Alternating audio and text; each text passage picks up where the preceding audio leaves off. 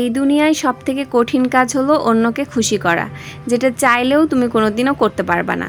মানে নিজের কলিজাটা যদি কেটে দাও তারপরেও তারা বলবে লবণ কম হয়েছে। তাই অন্যকে খুশি করার চিন্তা বাদ দিয়ে নিজে কিসে হ্যাপি থাকবা সেটা খেয়াল করো।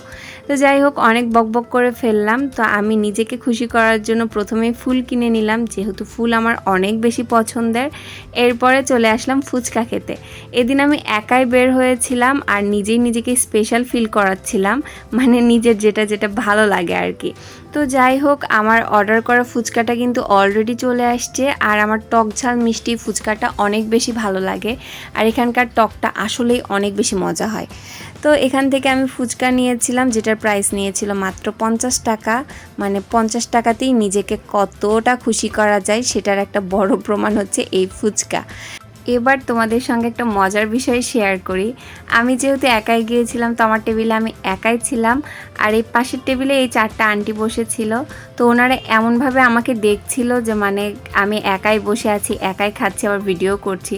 তো ওনারা কি ভাবছিল আমি জানি না, তবে ব্যাপারটা দেখে আমার খুবই হাসি পাচ্ছিল। তো যাই হোক, এদিন কিন্তু আমি ফুচকা খেতে গিয়েছিলাম তানিয়া চটফটিয়ান ফুচকা হাউসে। এখানকার ফুচকাটা আসলেই অনেক বেশি মজা। এরপরে ভাবলাম যেহেতু এখন কাঁচা আম পাওয়া যায়, তাই জুস বারে গেলে তো অবশ্যই কাঁচা আমের জুস পাওয়া যাবে। আর এজন্য আমি একটা জুস বারে চলে আসলাম, আর এখানে কিন্তু অনেক রকমের জুস পাওয়া যায়। আর এই যে আমি আমার গোলাপটা নিয়ে এখানে ঢং করছিলাম আর কি।